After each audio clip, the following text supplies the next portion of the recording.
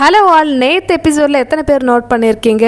திவ்யா கமருதீன் சண்டைக்கு அப்புறமேட்டு திவ்யா ஒரு விஷயம் வெளியே வந்து சொல்கிறாங்க. அந்த டைமில் பிரஜின், அரோரா, ஆதிரெல்லாம் இருக்காங்க. ஸோ கமருதீனை பற்றி தான் வந்து பேசுகிறாங்க. என்னென்னா, இவன் ஷூட்டிங் லொக்கேஷன்லேயே இப்படி தான், எனக்கு ஒரு வருஷமாக தெரியும் இவனோட கேரக்டர் வந்து இப்படி தான், அதனால தான் நான் வந்த உடனே சொல்லிட்டேன் நீ பார்த்து பேசு எல்லாருக்கிட்டையும் அந்த மாதிரி. ஆனால் இவன் வந்து திருந்தவே மாட்டான், இவன் வந்து என்னெல்லாம் பிரச்சனை பண்ணியிருக்கான் ஷூட்டிங் செட்டில்னு சொல்லிட்டு திவ்யா வந்து ஒரு விஷயம் சொல்கிறாங்க. அது கேட்டு ஆதிரையும் சொல்கிறாங்க, ஆமாம் 2 வருஷமாக நானும் தான் இருந்தேன் அவன் கூட, எனக்கு தெரியாதா என்ன, அவள் இதே மாதிரி தான் வெளியும் பண்ணிகிட்ருப்பான், அதனால தான் வந்து வெளியே யாருமே வந்து அவங்ககிட்ட அந்தளவுக்கு கனெக்டிங்காக இல்லை. ஸோ கமருதீனோட வேலையே இதுதான்.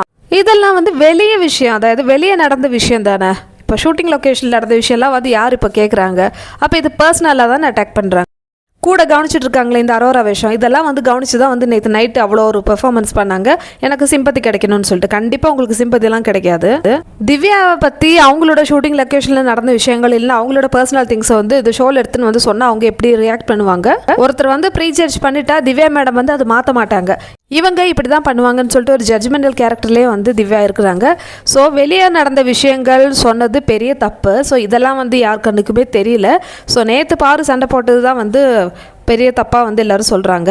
பர்சனல் விஷயத்தை ஏன் திவ்யா நீங்கள் எடுத்துன்னு வரீங்க? இப்போ கமருதீன் முன்னாடியே நீங்கள் தைரியம் இருந்தால் சொல்லியிருக்கலாமே, ஏன் சொல்லலை? நான் அந்த மாதிரி பொண்ணு இல்லை, நான்லாம் அழமாட்டேன், என்கிட்ட வச்சுக்காதன்னு சொல்லிட்டு என்ன வீரசூரமாக வந்து பேசுனீங்க?